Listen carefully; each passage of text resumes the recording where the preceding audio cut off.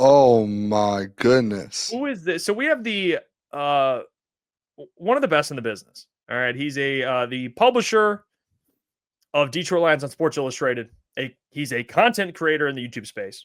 He's a podcaster, Lone Wolves Podcast. He's our good friend of the show. Joins us every single Wednesday. The John Maakaron. John, is this like, what's going on? What is this? This is the DOC. Welcome.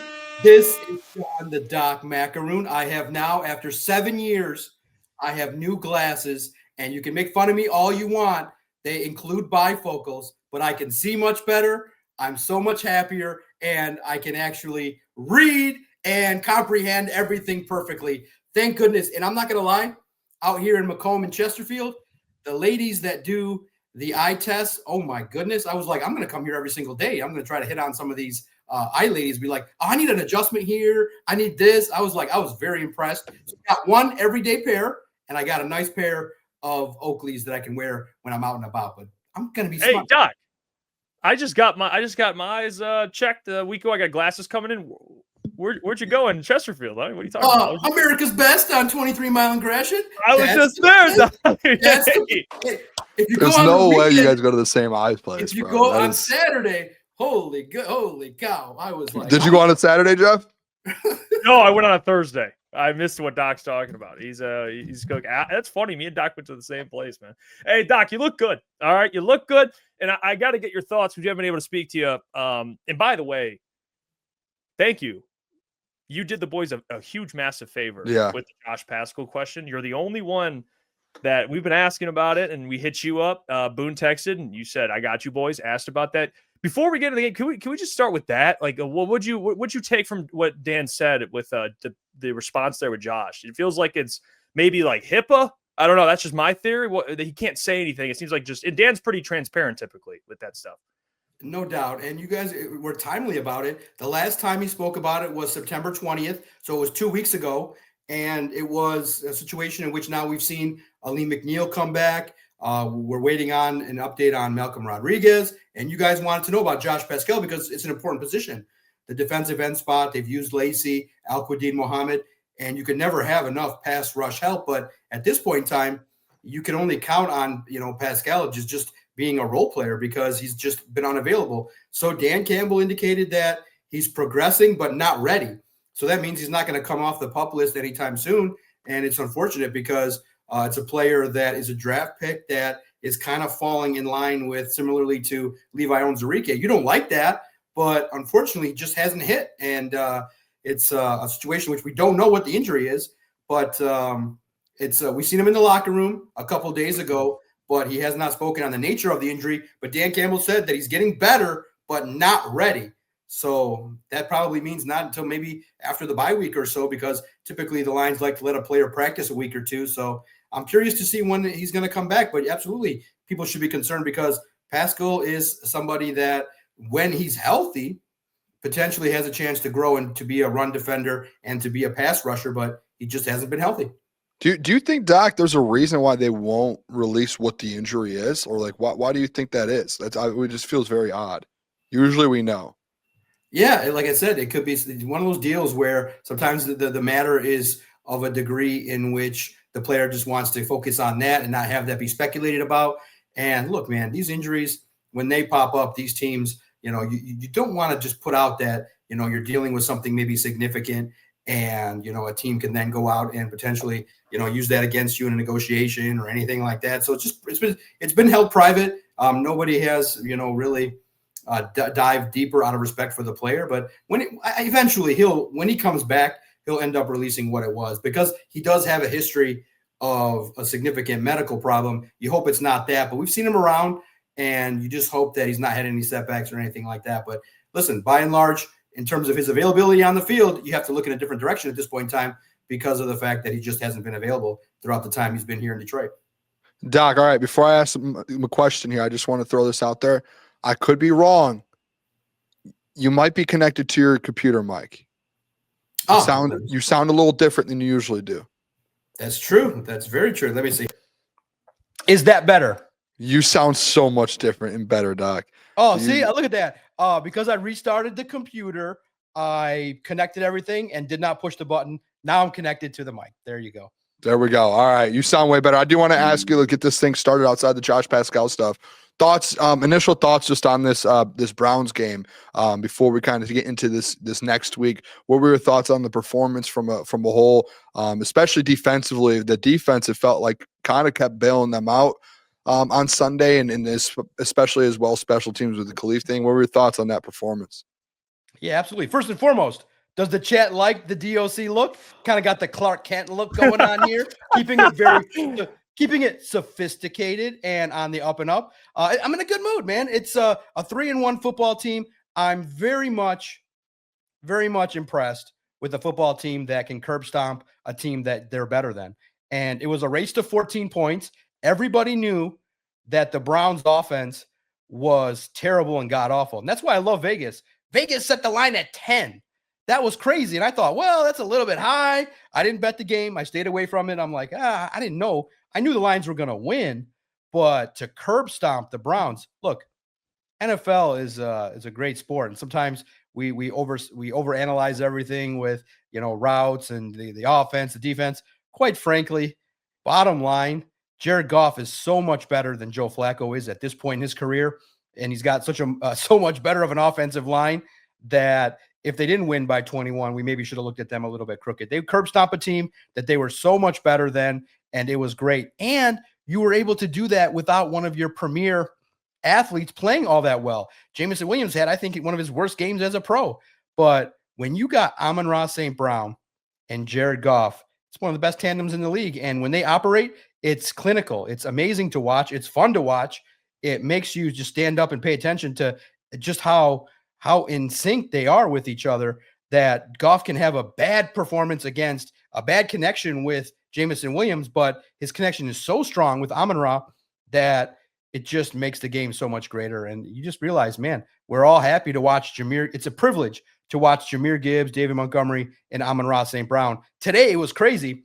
When you start winning, now people just start talking about what is, like every week, the questions are about how great is Amon-Ra St. Brown. And today, the comparisons were to Kobe, MJ, and we've talked about it and praised Amon-Ra so much. It's just a privilege to watch. Guys, take advantage.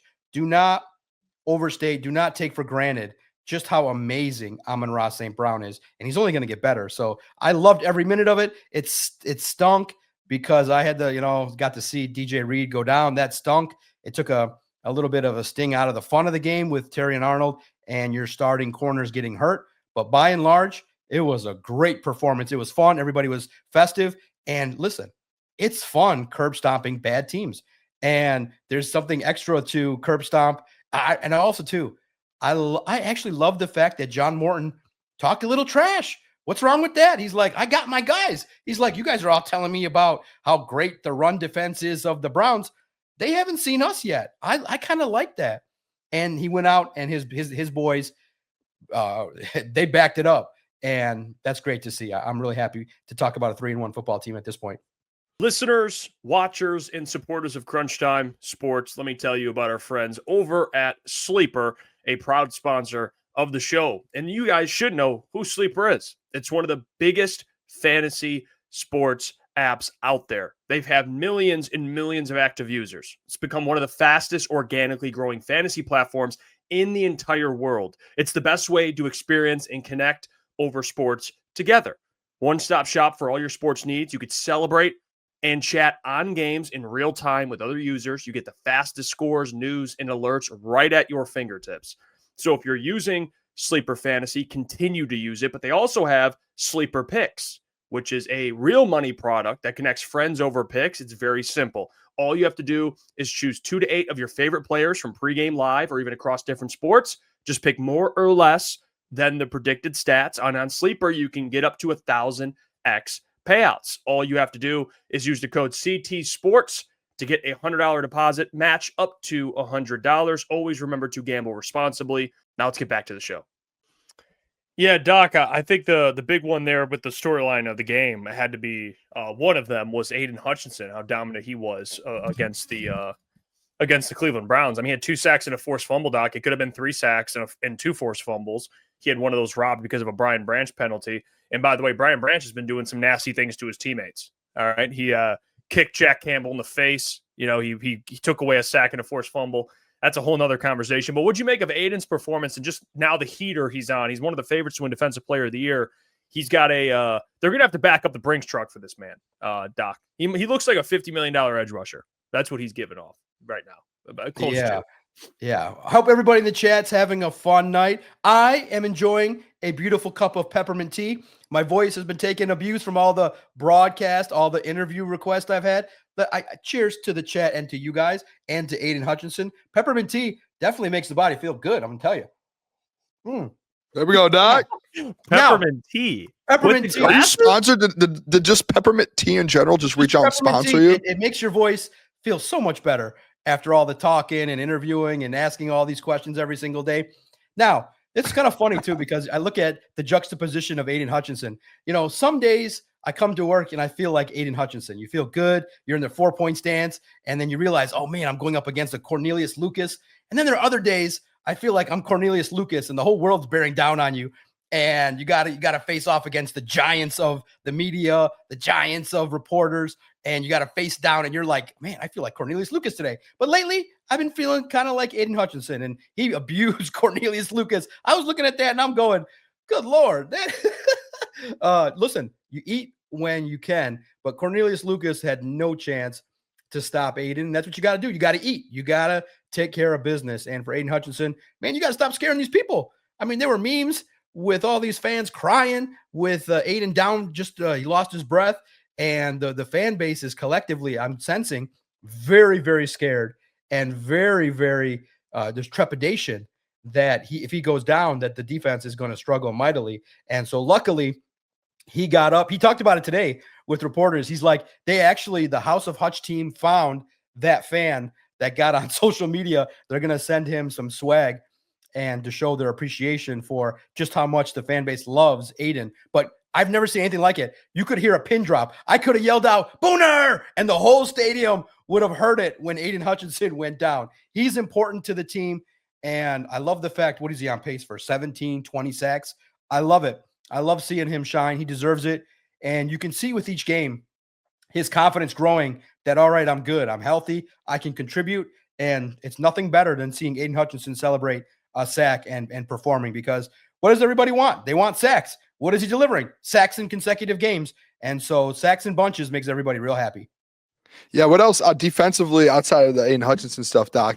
Obviously the DJ Reed injury, Terrion injury. What's your confidence level right now with this corner room? Obviously, Amik's going to be moving outside, and then you're going to have other guys that have to step up. Who do you think are the guys that do step up and confidence level, and especially versus Jamar Chase and T. Higgins? It's a big week for the corners, especially. Yeah, Jamar Chase and T. Higgins. Now, on paper, you would think that, okay, Browning is going to stink it up again, but they're a desperate team. So they still have talent, and Jamar Chase is very frustrated. Listen, man, it's tough to say, but you kind of work, I don't want to say this like in a disrespectful way, but Terrion Arnold's got to step it up. And, maybe if he sits down for a week to kind of watch how it's done, maybe properly by Amik Robertson and others, maybe he'll get a different kind of refreshing look at the game. He struggled. And look, nobody is trying to sugarcoat it. They want to get Amik Robertson more time because they trust the fact that he can play outside and he can maybe be more consistent than Terrion Arnold. And it's tough because there was bigger expectations. Now, Arnold has not played horrifically. He has made plays. He has helped out in the run game. He has helped his defense. But for the purpose of his overall assessment, it needs to be better. So I'm very concerned. He was out at practice today, but he was limited. All we saw was him running around and he looked okay, but he's dealing with a shoulder injury. And I do want to see Amik Robertson given more of a chance, but you just naturally think a corner that's 5'8", 5'9", going up against Jamar Chase, there's going to be opportunities that I think Browning needs to take and see, because for whatever reason, Amik is around the ball, but he hasn't showcased yet that he can grab the ball and be a ball hawk. But he's a very smart player. I love to see it. I'm very curious to see this matchup. Does he repeat what he did against Justin Jefferson on the road? That would be amazing if Amik Robertson gets after it. Now you got a couple new guys. Let's see what their roles will be. But I'm concerned. I mean, DJ Reed is a veteran you paid $16 million to, and he's a guy that when you see what he's able to do, you're very impressed. And it's unfortunate to see the way he went down. You typically don't see somebody get carted off the field for a hamstring injury. That doesn't really typically happen. He even thought that, and like I reported as I heard it, the second that he said it is when I tweeted it at Detroit Podcast. And when he said it to reporters, there was like 4 or 5 guys around him. And one reporter got his attention first, and then we all kind of listened in. He thought at first, like many of us did, that he tore it off the bone. And that would have been a long-term, maybe even season ender. But it's an IR stint. But those hamstrings are pesky. You all have kind of felt and dealt with calf injuries and hamstrings. Those things are pesky, especially at that position. So you want to make sure that when he comes back, he's fully rested and ready to go, because you need DJ Reed for the postseason push. But that's why starting 3-1 is great. But listen, I know that people are riding high. Your defense is playing very well, but I am concerned that, people will say, well, the cornerback depth is okay. Amik Robertson and Rocky Ya-Sin are okay, but they're not the same quality as Terrion Arnold and DJ Reed. Otherwise, they would be already ahead on the depth chart. So we'll see. But you know how you mitigate that? Step it up, defensive line. Go after a quarterback that is just not as good as Joe Burrow, and get after Browning. And that's where complementary football kicks in. If the pass rush is better, it'll make the secondary look so much better. But I'm concerned. Yeah, and I think they added some corners on the practice squad there just for depth reasons. But I mean, I think the good news is DJ Reed's out for a while. But what have you seen from Rocky Ya-Sin to have confidence that he can kind of fill a little bit of that void? Because you were able to go to training camp and got to see him a little bit. What are maybe some things that Lions fans don't know about Rocky Ya-Sin? Him being a pretty good role player, your confidence in him, just to be able to hold it down for a couple weeks. Yeah, look, he's a vet. Now it was interesting. I asked the San Francisco reporter, he's like, what do you think about Rocky Ya-Sin? He's like, well, he's not here anymore. So what does that tell you? I do think he's an upper echelon role player. There are, some times where he's got to work on positioning and some fundamental stuff like that. But I do think that in this scheme, in this opportunity, there's an opportunity to kind of maximize his skills, but you don't want to go obviously to the postseason with role players at that spot. You want high-end players. So you'd rather have DJ Reed, Terrion Arnold, and Amik in the nickel spot. But look, for a couple games, and look, this has been amazing that you go up against Joe Flacco, who's decrepit and is not mobile. Now you go up against Browning. He's had games where he can light it up. Now they're more desperate, so you're going to have him step it up. What I like about him is he's a wily veteran.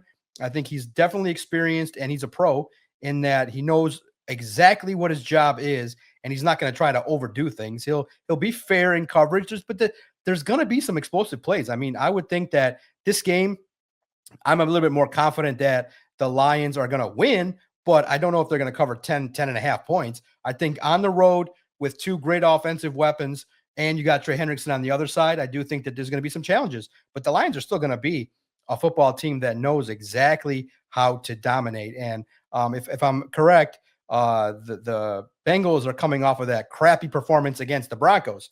If I'm accurate, if it was like, 40-3 or whatever it was, if that's the case, then Dan Campbell is going to take advantage of all the film that he saw from his mentor and masterfully try to replicate it. So, listen, man, it's Rocky Ya-Sin. It's you'd rather, him be in a role position, but hey, for 1 game or 2, you'll take it. But I'm curious to see if Trey Flowers gets an opportunity as well in the mix too. I like his size. You see him out there wearing number 26 today. I like his size, but we'll see what he brings to the table if he gets an elevation this week. Yeah, I do want to – I'm interested in your thoughts on this, Doc. The opposite side of the ball, obviously offensively, they didn't really look – I had brought it up on Monday with Jeff, where it was like most of their touchdowns, they had like a 16-yard touchdown drive and a 5-yard touchdown drive and then a 60. But it was really the defense that bailed them out. Did you see any concerns, and how do you feel? I know you were in the locker room. You guys were there today and talked with guys like Jared Goff and stuff. Do you feel like they kind of get not a concern, but a thought like, hey, we need to step this thing up a little bit offensively? Because obviously it was the Browns defense, but moving forward, like, you have the Chiefs next week. They have the Bucs defense coming up to where they know, like, hey, we do have to play good ball on offense, and we're not going to – the defense isn't going to bail us out every time. Did you get that kind of that feeling when you were there today? Yeah, all week. And I can't wait for Thursday when Calvin Shepard is going to address again. The Lions' biggest goal is stopping their opponent on their first drive. 0 for 4 is something that is not going to sit well with Calvin because they made it a goal. They made it a priority. Look, here's the thing. The first 15 plays, everybody knows, is scripted. So those are the plays that are worked on, they're perfected, they're crafted. So opposing offenses definitely have been more effective, but those are the best plays that the team is going to run because they've been run the most, they've been crafted, and that's where the quarterback and the receivers and the running backs have a lot of input, and they're worked on the most. So I'm not terribly concerned. I mean, I'm loving the fact that you got some productivity out of Lacey on the other side. Al-Quadin Muhammad. I mean, the Lions are at 14 sacks, leads the league. I had Emmett do the report. It was supposed to come out today, but because of the fact that there's been so much news, some good news, that it's going to be pushed back till tomorrow, where he looked at the Lions are amongst the best in the league at sacks already. They're amongst the best in certain categories that we're going to talk about. So it's great that the defensive line is stepping up and playing at a very, very high level.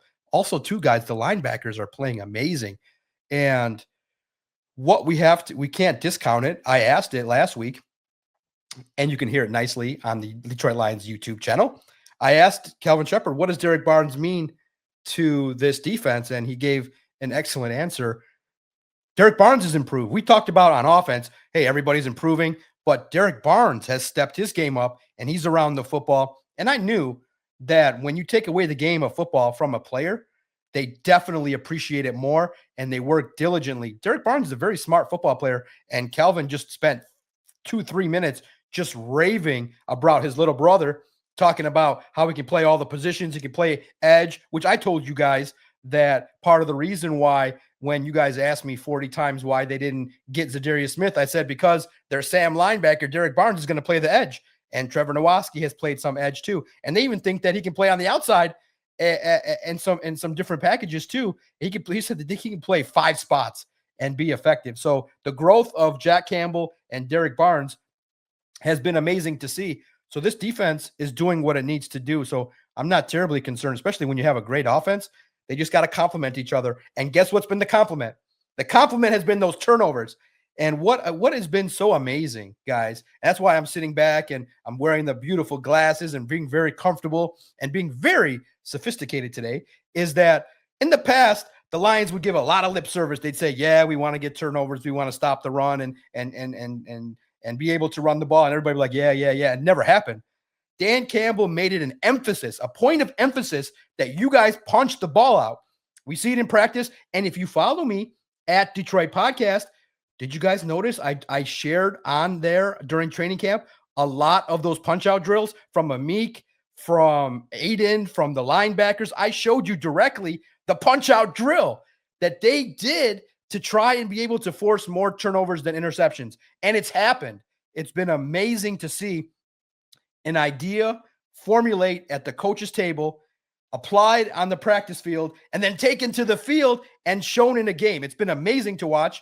And for a guy that loves defense, I've been very, very, very happy with Calvin Shepard. But I think everybody kind of knew this would be a modified extension of Aaron Glenn's defense. I'm very happy. Yeah. What about and by the way, am I lagging? Am I good? You're good. I see you. All right. Yeah, you're good, brother. I don't know what's going on. I think I'm being hacked. No, I think I'm being hacked right now. I don't know. Everything's lagging. Doc, can I ask you about Jack Campbell? I know we talked about him earlier. Can you give me your thoughts on how he's playing? Booner thinks he'd be an all-pro. Got it. Now, wait. First, we got to do a welfare check. Are you being hacked by somebody that you used to know? Are you like doing some things on the side that you shouldn't be doing? Because look, some people that I'm aware of definitely can get into that degree of being stalkerish. Now, I'm not making any accusations. I'm just checking in on my guy, Hefe, making sure you're okay. Nobody can hack my guy. I know you're world famous doing. Who do you know that hacks people that we know? I know exactly. I hope nobody's out there trying to get into your, IT database situation. I'm trying to figure out who Doc's insinuating is doing this. I'm so lost. Listen, I don't know what he. Listen, I'm about to go on. Okay. I'll give you a chance now. I'll give you. I'll go on a little soliloquy. Give you a chance to clear your cache, so that way no incriminating information shows up if somebody tries to hack you. No incriminating information. Now, what was the question again? So I can get you the best answer.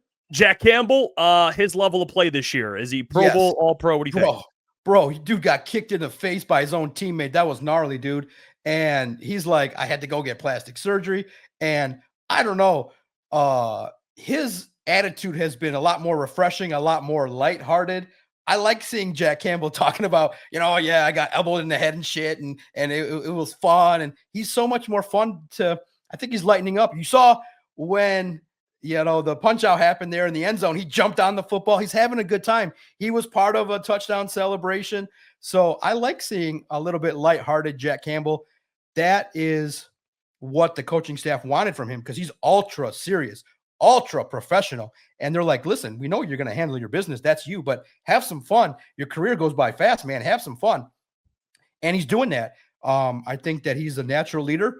And boy, my goodness, is he a tough MFer, man. That dude's tough, and he's likable.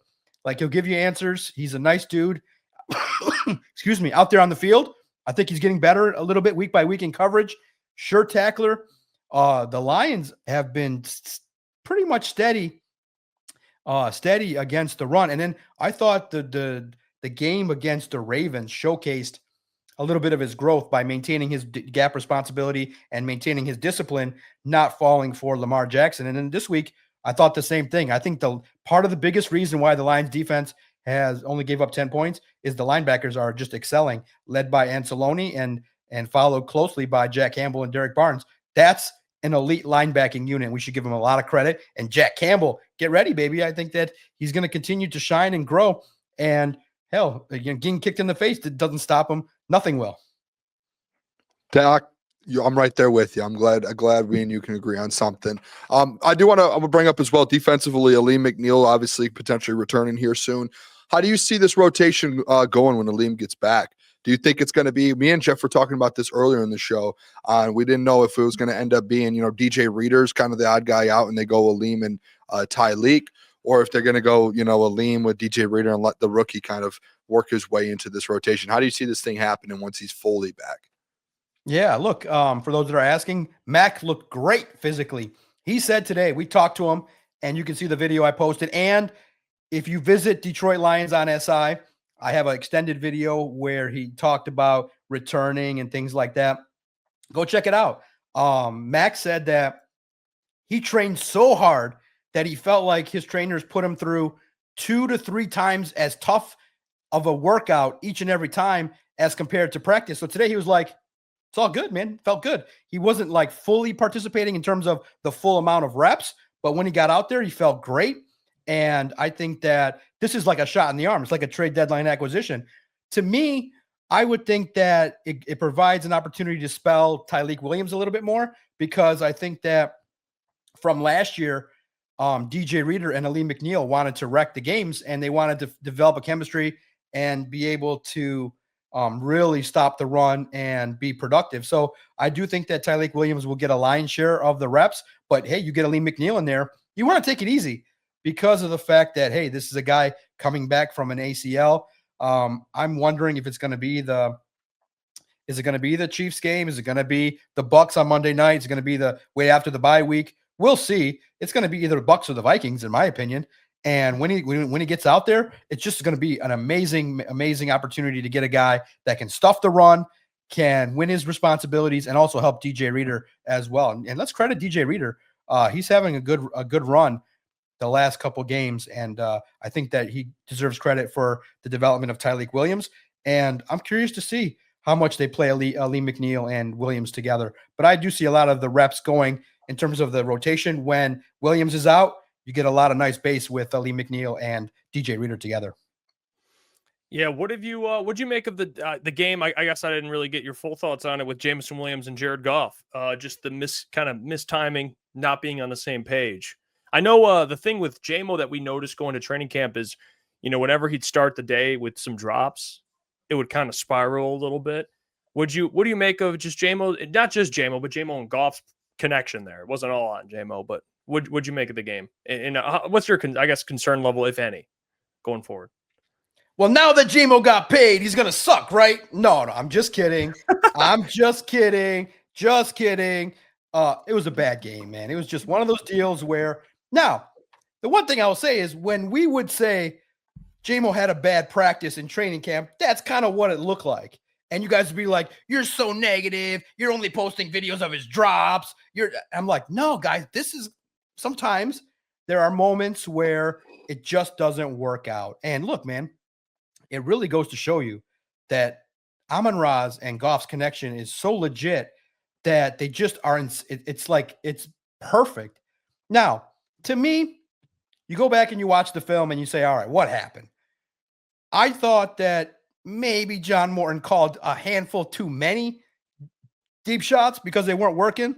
But here's what would happen. Goff would drop back and there would be a lot of great timing routes with Amon-Ra, no pressure. A couple of the plays, when he was targeting J-Mo, there was some pressure, and Goff is not the same. Goff needs that clean, beautiful pocket, just like everybody else. So don't say that I'm hating on Goff. He has played amazingly well, has evaded pressure, stepped up in the pocket. He's playing at an MVP level. But there were some plays where some pressure got there. Now, of course, J-Mo can't drop the ball that he dropped a touchdown. But I'm of the opinion that you can involve J-Mo beyond just the deep routes, the go routes. I think you can involve him similarly to Deebo Samuel. A lot of end arounds, some short screens, some slant passes, dig routes. I feel like that the game plan was to expose the weaker defensive, backfield, the defensive backs of the Browns, and it just wasn't connecting. So the more they tried it, the weirder it got because the fans were like, we don't really like this because it's not working. Some of it was Goff, some of it was J-Mo, but I would say in those moments where the first 3-4 passes aren't going exactly right, I feel like Jameson's route tree can be even as expansive as Amon-Ra's, where you get some comeback routes, you get some stuff over the middle, you get some opportunities for some screens. So I just want to see the full J-Mo experience, and I just felt like they wanted to take advantage of his speed and use him as the explosive guy. But I feel like J-Mo has so much more to offer than what was shown against the Browns. It's a bad game. You can have J-Mo have a crappy game and you win by 3 touchdowns. So, but this is for him and his, he doesn't like that. He's a competitor. So he came in this week, was ultra detailed on Monday. We're going to talk to him on Thursday. I'm sure he'll, indicate that it was a bad game and he'll get after it. But, the passing game, when the Lions look good, it makes it look easy, but it's a sum of the parts. And on some of the routes, Jared Goff was pressured. It's just the way it is. And it caused some timing stuff. And, credit to the Browns and credit to some of their efforts to stop the Lions offense. But it wasn't it for Jameson Williams and Goff this week, but I expect a lot. And also too, now that I've talked football wise, the moment where I talk about myself, I take full accountability for Jameson Williams' poor performance because I have him in 4 fantasy leagues. I've had him now for the last 2 years, and I feel like I'm limiting his productivity. I apologize humbly. I also had Joe Burrow, and so you now know I also had Jaden Daniels. I am also known as a fantasy jinx. When I draft you, you just end up going on IR. It's just the way it is. So I humbly apologize. Hopefully, I've been going back and forth. Do I sit J-Mo for Jacoby Myers? But the second I do that, he's going to go off. Maybe this game, there's one more chance that I'm going to give Jameson Williams to stay on my fantasy team. But let's go. This is not the Lions. I'll bench him real fast if he doesn't because I'm competitive. Wow. That's Doc. You're ruthless, man. Ruthless, dog. Hey, what about this offensive line? How confident are you in this kind of progression, especially like Tate Ratledge? Tate's been looking good. I keep seeing a lot of clips that were going around social media, national media guys getting a hold of it and be like, this guy Tate Ratledge is a steal. And it's only week 4 going into week 5, and he's already kind of taking a big jump, it feels like. How are you feeling about that? Sorry, man. Your chat is so crazy. What was the player's name again? I really apologize. Tate Ratledge, Doc. Tate Ratledge. Lock it over there. Come on. I'm going to bench you, Doc. You're talking about benching players. We're going to bench you, Doc. Lock in. It goes over my head, man. Offensive line plays fun, but let's be honest. Offensive linemen don't move the needle. I mean, it's great. They're road graders. They're great. But, offensive linemen. No, you're right. Our offensive line doesn't do anything for our football team. Yeah, there you go. They're great. They are amazing, but they punish people. It's a great thing to see. He's grown. Yeah, absolutely. I'm impressed. I'm very happy, but that's what I expect. I expect Penei Sewell, Tate Ratledge, Graham Glasgow, Christian Mahogany, and Taylor Decker to wreck people. And Tate Ratledge has done a great job. I mean, what the Lions are averaging 4 yards per carry. They're doing amazing things. Jahmyr Gibbs is doing his thing. I hope this week for David Montgomery and the special game that he's going to have, hopefully, because of the motivation. It's just amazing. The offensive line is great, and it's the engine. It's like one of those things where if they play well, you don't have to notice them because they just do the job, protect the pocket, open the lanes, and the stars shine. But you definitely notice them when they play bad against the Packers and there's miscommunication. But the offensive line, we just have to praise them. They're amazing. We talked to Taylor Decker today, and if you haven't already, go back and watch. I believe the Lions filmed it. He talked about playing through pain. He talked about the efforts that he's had to kind of get back after it. He's a warrior, and he held his own against Myles Garrett a lot of time when it was just him versus Myles. So Taylor Decker is underrated. I'm very happy that this is a guy that's playing hurt, and he's doing whatever he can. He's like, I'm so angry with the medical staff sometimes. Excuse me. They have to hold me back because I'm trying to just get back out on the field and practice. He doesn't like this. He doesn't like missing practice but still playing. He wants to be healthy, but it's one of those deals where credit's due. Decker is amazing, and Ratledge, listen, I think he's going to be the guard of the future. Maybe is going to move over to center, but after that first game, steady improvement is all you could ask for. It's just amazing. It's worked out perfectly, and you see it with the running attack. You see it with the ability to protect. And listen, most importantly, you got to give the offensive line credit and Goff.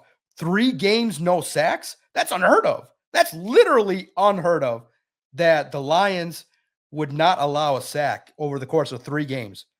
That's not stuff that we're used to seeing as reporters, fans, and pundits. That's crazy and should be acknowledged. Yeah, Doc, I'm sure we'll get more into the Bengals game, but can I just get your thoughts on what the Packers did since we last talked to you? I mean, they lose to the Browns, which the Lions beat, and they tied with the Cowboys without CeeDee Lamb. Where are you at from week 1 to now with the Packers and this NFC North division for the Lions? And you could talk a little about the NFC if you feel the type of way too, but yeah, it seems like we're complete opposite of where everyone was week 1. Well, week 1, the Packers were fully healthy with the Spartan dog, Jaden Reed. You lose Jaden Reed. That's a big loss, in my opinion. But listen, that game was thrilling. I like to watch a 40-40 game. That was crazy. A lot of noise surrounding Micah Parsons. He was dramatic, like, my owner didn't call me. Bro, the other team gave you $40 million. Who the hell cares if your owner calls you? These guys are all up in their feelings. I don't care if Jerry Jones calls me. He traded me and got me paid. I don't care. He gave me a better situation. Look, everybody reacted to week 1, and of course they overreacted. That's just the way it is. It's football. But that's what they were reacting to at the time. Now, over the course of a long season, you realize that the Lions still have a lot of talent. Nobody said the Lions were not going to make the playoffs. They're just talking about what road were they on in terms of could they be in the Bills category. The Lions are right now in a category of tier 1 NFL teams. The Bills, the Lions, the Eagles, the Rams, tier 1. So week 1, you didn't look tier 1, and everybody got pissed because it was ugly. It was sloppy. It didn't look like the Lions. Now you're in a position where the Packers slip back a little bit. And guess what? The Lions grew from their mistakes. They're 3-1, and they're playing an amazing brand of football, and they're right back where they deserve to be in first place. Very happy. Now, comparatively to the NFC, we get to have the answers, which is great. The Lions on Sunday Night Football eventually are going to play the Eagles, and I can't wait to see that game. That will be a preview of the NFC. It'll be amazing. I think the Rams are up there too. I think the Lions are in that conversation, and let's go.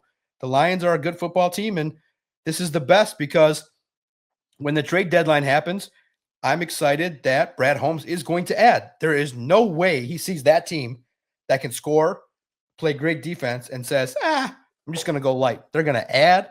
They're going to make everybody happy. And he saw, holy cow, he saw, oh my goodness, Scott Harris, the whole Metro Detroit community hates him because of the fact that he did a trade deadline and made the team worse and didn't add a bat, added arms and pitchers that were going to be irrelevant. So this football team for the Lions, it's amazing. And they're right now, I think according to most power rankings, the most important one, Sports Illustrated, has the Lions 3rd.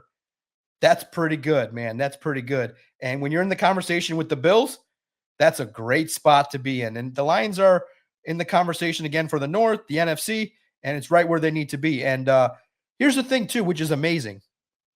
In some form, again, the first week was an overreaction, but the Lions in their 3 wins, and Dan Campbell did something very amazing this week. If you listen to his his celebration, this is what championship teams do. They won, they celebrated, they got their accolades, but Dan Campbell said, wait a minute. I like this, but there were some things I didn't like. And he said it on camera. I didn't like these things. I didn't like some of the errors. I didn't like some of the fact that Brian Branch took some penalties at the worst time. I didn't like some of the mistakes that were made. I didn't like the opening drive that featured some blown coverages. I didn't like that. And when you're able to nitpick to that degree, that's the role of a great head coach. Yeah, celebrate good wins, but make sure you clean up all the mistakes because, listen, we're not in the category of the Bears and the Vikings and the crumb bums. You're in the category of every week, stop worrying about the NFC. Worry about, do the Lions look like the Bills? Could they beat the Bills right now? Close, but I think the Bills and Josh Allen, it's right there. It would come down to how Jared Goff handled some of the pressure that the Bills would bring. If he handles it, you're in the game. Josh Allen's a unicorn. So I love comparing the Lions to the best of the best. They're a top 5 team, arguably top 3 team. This is how you analyze football in the most fun way where you go, man, is Terrion Arnold really good enough to be on a Super Bowl team? Is he going to blow a coverage to Shakir, who I think is the guest this week? Is he going to blow a coverage to somebody else? Who knows? Let's see. Number one thing, though, is Jack Campbell going to wreck Josh Allen? He's a unicorn. Man, would they spy Josh Allen with Brian Branch? It'd be great. Listen, man, the Lions are definitely the elixir for pissed off Tigers fans, no doubt about it. I think it's crazy, guys. I don't know if you've seen it with the way you guys do it. They've the metrics indicate it. When you talk Tigers and mention the Tigers, the numbers just eradicate. The fan base is pissed. The fan base doesn't even care. There's a big portion of the fan base that I believe want the Tigers to lose tomorrow because they know that they would go out to Seattle and get their ass kicked. So that's crazy to me. It's the total opposite with the Lions. There's expectation, there's realistic opportunities to shine, and there's goals set that are made. It's amazing. And you're seeing a quarterback that I heard on some show today, someone compared Jared Goff to Tom Brady. I almost fell out of my chair. I was like, this is a great show. comp. That's a great comp.